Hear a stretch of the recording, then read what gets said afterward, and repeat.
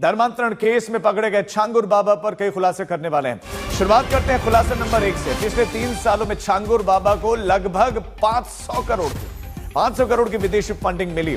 इसमें से 200 करोड़ की फंडिंग की तो पुष्टि हो चुकी है, बाकी 300 करोड़ रुपए नेपाल के जरिए भेजे गए। इसमें हुंडी के माध्यम से फंडिंग की गई। सूत्रों के हवाले से खबर मिल रही है, छांगुर बाबा 500 करोड़ रुपए की फंडिंग, उसमें से 200 करोड़ की फंडिंग का तो पुष्टि कर दी गई है। नेपाल के मार्ग से हुंडी से यह फंडिंग की गई। और अब इसी से जुड़ी हुई दूसरी ब्रेकिंग आपको देते हैं। विदेशी फंडिंग के लिए आखिर कहां से बैंक खाते खोले गए, कहां से पैसा आया। काठमांडू, नवलपरासी, रूपंदेही और बांके जैसे नेपाल के सीमावर्ती जिलों में 100 से ज्यादा बैंक खाते खोले गए, 100 से ज्यादा, जिसमें मुस्लिम देशों से पैसा आया। और यह पैसा कितना था? 500 करोड़ के करीब। काठमांडू, नवलपरासी, रूपंदेही ये सीमावर्ती जिले हैं। छांगुर बाबा ने यहां पर लगभग 100 से ज्यादा खाते खुलवाए। इन्हीं खातों में विदेशों से फंडिंग आई।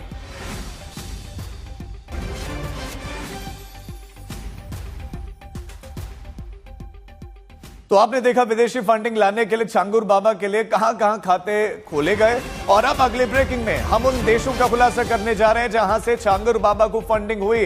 तो सुनिए, इसमें पाकिस्तान, इसमें दुबई, सऊदी अरब और तुर्की से धर्मांतरण के लिए फंड आया। इसमें तुर्की भी शामिल है, पाकिस्तान भी शामिल है। नेपाल के एजेंट 4 से 5% कमीशन पर छांगुर बाबा तक ये पहुंचाते थे। छांगुर तक कैश डिपॉजिट मशीन के जरिए भी पैसों का लेन देन किया गया। विदेशों में छांगुर के खातों की जांच अभी पेंडिंग है, लंबित है। इसमें शारजा, इसमें यूएई, इसमें दुबई में बैंकिंग लिंक की पुष्टि अभी नहीं हो पाई है।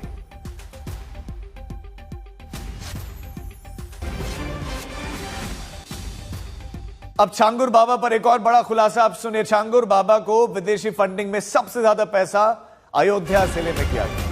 भगवान राम की भूमि पर धर्मांतरण का पाप बड़े पैमाने पर छांगुर की अगुवाई में हुआ है। अयोध्या में बड़े स्तर पर हिंदू लड़कियों का धर्मांतरण करवाया गया। सबसे ज्यादा पैसा अयोध्या में। जी हां, यह बहुत बड़ा खुलासा हुआ है। यह विदेशी फंडिंग का सबसे ज्यादा जो पैसा है वो इन्वेस्ट कहां किया गया? अयोध्या में। यानी कि पहले आपको बता दें कि रेट लिस्ट तय था कि ब्राह्मण की लड़की, क्षत्रिय की लड़की के लिए कितना रेट होगा, ओबीसी और एससी एसटी के लिए क्या रेट होगा, ये रेट लिस्ट भी बकायदा तय था। और अयोध्या की भूमि पर यह धर्मांतरण का पाप तय था। कैसे वहां पर धर्मांतरण करना है, क्या रेट लिस्ट होगा, तो उसके लिए ज्यादा पैसा भी चाहिए था। हमारे संवाददाता संतोष हमारे साथ जुड़ गए। संतोष, आप सिलसिलेवार बताएं कहां से कितना पैसा, और तुर्की और पाकिस्तान पर जरा विशेष फोकस करें कि वहां से पैसा भेजने वाला कौन था, किस उद्देश्य से भेजा गया पैसा। देखिए, बाबा के पास फंडिंग का पैसा, जो धर्मांतरण के लिए जो फंडिंग हो रही थी, वो यूएई से तमाम विदेशी अकाउंट्स से हुई है जो एटीएस की जांच में है। और उस जो विदेशी फंडिंग हो रही थी, उस विदेशी फंडिंग के जरिए बाबा ने संपत्ति, जो इन्वेस्टमेंट है, वो न सिर्फ बलरामपुर के उतरौला, अयोध्या जिसका आप जिक्र कर रहे हैं वहां, बल्कि पुणे, लोनावला में तक बाबा ने इन्वेस्ट करने की कोशिश की। वहां पर इन्वेस्टमेंट किया, प्रॉपर्टियों को खड़ा किया। लेकिन इसके अलावा हमारे साथ एक और शख्स बहुत अहम मौजूद है। ये है वो वसीउद्दीन, जिन्होंने वो मकान बनाया जिस पर बुलडोजर एक्शन हुआ, और जिन्होंने प्रधानमंत्री से शिकायत की, और प्रधानमंत्री से शिकायत करने के बाद ये पूरी गतिविधियों पर नकेल कसी जाने लगी। वसीउद्दीन से ही बात करेंगे, कैसे ये कहानी शुरू हुई? भैया, हमने ठेका लिया था उसका मकान बनाने का। जो जिहाद बिल्डिंग बनी हुई है, जिसको एटीएस ने मलबे में तब्दील कर दिया, 12 करोड़ की लागत में हमने बनाया था उसे। हमारा पैसा भी मर गया और इसका काम ही था जालसाजी का। जब हमसे उससे विरोध हुआ तब हमें पता चला कि ये फ्रॉड आदमी है, इसके बाहर के पैसे आते हैं, धर्म परिवर्तन का इसका कारोबार है। ये लोनावाला में एक अहमद नाम के आदमी को भी फंसाया था, 50 लाख रुपए दे करके 100 करोड़ की संपत्ति लिखवाना चाह रहा था। नहीं लिखा तो उसके ऊपर भी मुकदमे करना ये शुरू कर दिया। हमारे ऊपर भी, आपको भी जेल भिजवा दिया? हमारे ऊपर भी 11 मुकदमे हो गए। फर्जी कागज डॉक्यूमेंट्स तैयार करा के अधिकारियों से हमें भी जेल भिजवा दिया। उसके बाद में प्रधानमंत्री जी को सबको हमने 2023 में ही अवगत कराया था, जिसकी जांच के द्वारा आज ये अंजाम हुआ कि जो इसकी जिहाद खाने पे बुलडोजर चल गए। आपको जो ये प्रताड़ित करने के लिए किस तरीके से परेशान करते? सिर्फ पैसा न देना पड़े इसकी वजह से? पैसा न देना पड़े, हमारे सामने कोई लड़े ना, हम जो कहें वही हो, जिले में हमारे सामने कोई टकराने की हिम्मत ना करे, इसलिए वो सारे लोगों को मैनेज करता था। जहाँ जहाँ से उसको डर रहती थी वहाँ अपना वो धाक बना लेता था, पैसे के जरिए, नक के जरिए, बाबागिरी के जरिए, जो भी कला आती थी। बाबा ने कहाँ कहाँ संपत्तियां इकट्ठा की हैं? बाबा ने संपत्तियां तो उतरौला में ही इकट्ठा की है हमारी जानकारी में, और कुछ नागपुर में है, कुछ मुंबई में है। बाबा के पास ये जो पैसा आ रहा था, इस पैसे में क्या विदेशी फंडिंग के अलावा कुछ ऐसी गतिविधियां, चूंकि आप उस मकान को बनाने में कुछ ऐसे संदिग्ध लोग भी आए जो टेररिस्ट से भी कनेक्शन हो सकता है? बहुत लोग आते थे, लेकिन उनके सामने किसी को जाने नहीं देता था। आना जाना तो कंटिन्यू, बड़ी बड़ी भारी भारी गाड़ियों का आना जाना होता था। 2-2 3-3 की करोड़ की गाड़ियां वो आती हैं, जो उतरौला में भी आके गई हैं। कौन थे, क्या थे, वो उसकी जानकारी नहीं है। आते इस पर कार्रवाई क्यों नहीं हुई है?